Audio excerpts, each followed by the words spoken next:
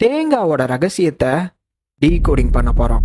ஒரு தேங்காவை ஒன்ஸ் உடைச்சதுல காத்து பட்டுச்சுன்னா அதோட சத்து 1 மணி நேரம் தான் இருக்கும், ஆனா பீக்ல இருக்கும். தமிழ் விஞ்ஞானம் படி ஒரு மனிதனுக்கு அடிபட்டு புண்ணு வந்துருச்சுன்னா அதுல தண்ணி காத்து எது பட்டாலும் அதை ஆற விடாது, தொந்தரவு பண்ணும்.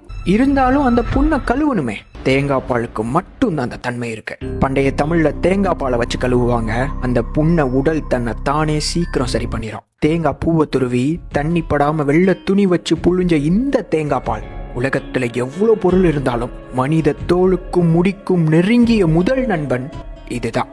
வாரத்துக்கு 2 நாள் இதை 1/2 மணி நேரம் உடல் முழுக்க பூசி காய வச்சு குளிச்சுட்டு வந்தா இதை தாண்டி ஒரு ஸ்கின் ஹேர் கேர் உலகத்துல கிடையாது. அவ்வளோ ஆரோக்கியமா இருக்கும். முக்கியமா காலையில சமைச்சு சாப்பிட நேரம் இல்லாத நபர்களுக்கு அரைக்கால் முடி தேங்காவே போதும், அவ்வளோ எனர்ஜி கிடைக்கும். காலம் காலமா மனித குலம் தன் சக்திக்கு கார்போஹைட்ரேட்ஸ், புரோட்டீன், ஃபேட்ஸ்ன்ற 3 உணவுகளுக்கு தான் ஓடிக்கொண்டே இருக்கும். இந்த 3ஐயுமே உயரிய அளவுல வைத்து வயது பாரபட்சம் பார்க்காம யாருக்கும் அளிக்கும் 3ம் உள்ள ஒரே பொருள் தேங்காய் மட்டும்தான்.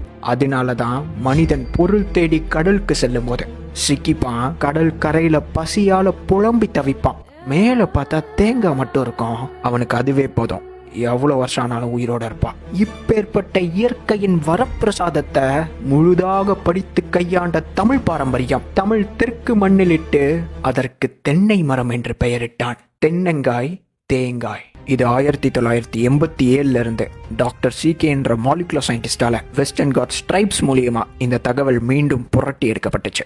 இதை முறையா கையாண்டா அவன் பாதி மருத்துவர். இந்த மாதிரி தமிழ் இன்ஃபர்மேஷனுக்கு பேஜை ஃபாலோ பண்ணிக்கோங்க.